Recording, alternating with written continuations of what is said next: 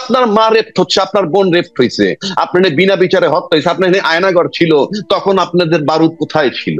আপনি আয়নাগর চিনেন নাই? কোথায় আয়নাগর? আমি আবারও বলছি, প্রশাসন আর আওয়ামী লীগ ছিল ইসরায়েল বাংলাদেশের। কি সিট ছিলেন আপনারা? You don't have any right. হাস্যকর। I hate like anything. Feelings অন্য জিনিস। ফিলিস্তিনিদের জন্য আমার ফিলিংস আছে, ফিলিস্তিনিদের জন্য আপনার ফিলিংস আছে। কিন্তু যে লুটরা গিয়ে বাটার দোকান লুট করে, যদি ভেঙে চুরে জ্বালায় পড়ে যাইতো বুঝতাম, জুতা চুরি করে নিছে তো, খাবার লয়ে গেছে, প্লেট লয়ে গেছে, তার মানে কি? তার মানে আপনি লুট করতে নামছেন কখন? যখন আমার বিদেশিরা এখানে সম্মেলনে বসছে, বিনিয়োগের সম্মেলন, তখন। ফলোইং ডেতে আবার কি হয়েছে? হাইওয়ের উপরে গার্মেন্টস শ্রমিক ছাঁটাই নিয়ে আন্দোলন। কই, এই মুহূর্তে তো এগুলা নাই।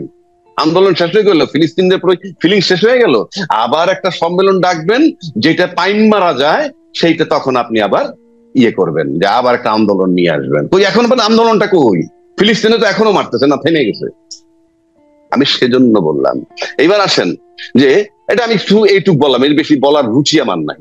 আর 2 নম্বর আসেন, আপনি বললেন যে জনগণ বলছে ইউনূস সাহেবদেরকে 5 বছর দেখতে চাই।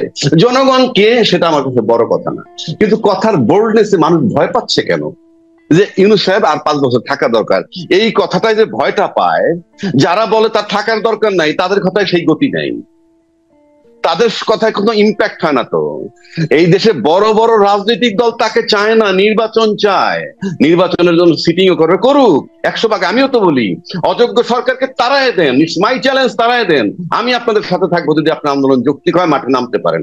একবারও আমি বলি নাই ইউনূস সাহেব দেবতা না, ইউনূস সাহেব দেবতা না। আপনি ইউনূস সাহেবকে নামায় দেন না মাঠে নেমে, আপনি আদায় করতে পারবেন। আপনি 12 বছর কিছু করতে পারেননি, এবং মাথার তাজ যিনি ছিলেন সবচেয়ে বড় দলের, সেই মাথার তাজটাকে মাত্র 2 কোটি টাকা এদিক সেদিক করার কারণে যখন তাকে 7 বছর জেল খাটাইছিল, সেই মাথার তাজের জন্য আপনারা কি করতে পেরেছেন?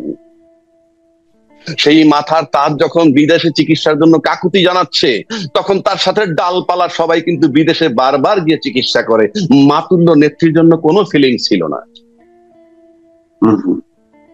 যে তাদের মাতুল্য নেত্রী যে যেতে পারে না, কোথায় টাচ করেছিল তাদের? আমি কিন্তু খুব দুঃখে কথাটা বলতেছি, কোন প্রেমে না, কারো বিরুদ্ধে নয়। খালেদা জিয়া একজন অসাধারণ মহিলা, আপসের নেত্রী তাকে বলা হয়। তার যেটুক দুঃখ ঘুষাই দিছে এই ছাত্ররা, প্রফেসর ইউনূস এবং আর্মি চিফ তার বাসায় গিয়ে, এরপর কি এক চুল দুঃখ কেউ দূর করতে পারছে তার আর? আমি কিন্তু মনের দুঃখে বলতেছি, আমি কারো বিরুদ্ধে বলছি না। তাহলে যারা বলে ইউনূস সাহেব আরো 4 বছর থাকুক, 5 বছর থাকুক, কেউ কয় সারা জীবন থাকুক, কেউ কয় 50 বছর থাকুক, আমি একবার এখন পর্যন্ত বলিনি, বিকজ আই প্রেফার ইলেকশন। আমি একজন গণতান্ত্রিক মানুষ হিসেবে আমি ইলেকশন প্রেফার করি। ইউনূস সাহেব যোগ্য লোক, কিন্তু দেবতা নন, তারও ভুল হইতেছে বা হইতে পারে। কিন্তু যারা তাকে রাখতে চান না, চ্যালেঞ্জ, এই লোক অযোগ্য, নির্বাচন পর্যন্ত আরেকটা লোক আনেন না, যিনি 3 মাসে নির্বাচন দিয়ে একটা লোক আনেন, কেউ তো নাম বলতে পারতেছেন না, একটা লোকের নাম বলুন। আপনি আপনার একটা নেতাকে কেন স্যাটায়ার করবেন উইদাউট এনি লজিক? আমি আবারও বলছি, ইউনূস সাহেব আমি দেবতা মনে করতেছি না। ট্রাম্প সাহেব যখন সারা বিশ্বের জন্য শুল্ক বাড়িয়ে দিলেন, সারা পৃথিবীতে হাহাকার শুরু হয়ে গেল। কি হাহাকার, কি করবে? তখন কেউ না 70-75 জন নাকি তার কাছে বিভিন্ন ভাবে মেইল করুক, ফেসবুকে দেখ, টুইটারে দেখ, যেভাবেই দেখ, নানান জনে দাবি করছে কি, যে ইয়ে করে দেন, অর্থাৎ শুল্কটা কমিয়ে দেন। কেউ বলছে শুল্ক শূন্যের কোঠায় নেন, ইত্যাদি ইত্যাদি দাবি ছিল। ইউনূস সাহেব তো একটা চিঠি লিখলেন কি, 3 মাসের জন্য স্থগিত রাখতে, যেটা খুব সহজ কাজ এবং যেটা খুব কৌশলী। কেননা আপনি যখন ট্যারিফ বাড়াই দিবেন, কি কি যুক্তিতে বাড়াইছেন সেটাকে আবার চট করে ট্যারিফ কমাই দিবেন, এটার জন্য সময় লাগে। কিন্তু যদি আপনি স্থগিত রাখেন for few days, few month, তাহলে কিন্তু আপনার আদেশ হুবহু একই রয়ে গেল, কিন্তু আপনি আপাতত স্থগিত করলেন। এখন স্থগিত করলেন কি, চায়নাকে বাদ দিয়ে সারা বিশ্বের জন্য। বাংলাদেশের লোক, বাংলাদেশের সোশ্যাল মিডিয়ার লোক, নাম বলার দরকার নাই, কেউ কেউ বলছেন ঝরে বক মরে ফকিরের কেরামত। এবার আমি মেনে নিলাম রে ভাই, বকটা তো মারা গেছে, বকটা তো মারা গেছে। 2 নম্বর আসেন, কেউ কেউ বলছে এই যুগে চিঠি চলে না, তাকে বেকুব বলতে আমার ঘৃণা হয়। এই যুগে চিঠি লাগে না, চিঠির দরকার নাই তো। যেই চিঠিটা আমরা দেখছি সেটাকে তো পিডিএফ ফর্মে ট্রাম্পের বাসায় পাঠিয়ে দেওয়া যায়, যত জায়গায় পাঠিয়ে দেওয়া যায়।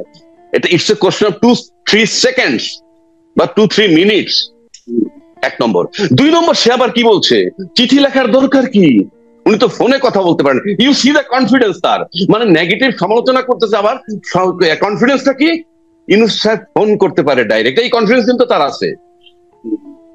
এবং যারা তার সমালোচনা করে, আমি তাকে 90 ডেজ টাইম দিলাম, সে একটা টেলিফোন করে রিচ করুক তো কারো কাছে পৃথিবীর।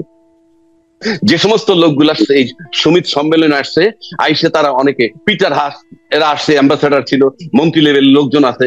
ইউনূসকে আমি দেখি না ইউনূস সাহেবের সামনে কেউ পা তুলে বসু। আর যারা আমরা নিন্দা করতেছি, সমালোচনা করতেছি, একটা দাওয়াতও আমি পাইনি, আমাকে একটা দাওয়াতও তো দেয় নাই। একটা কথার কথা বলছি, আমি বলছি না, আমি আবারও বলছি, ইউনূস দেবতা নয়।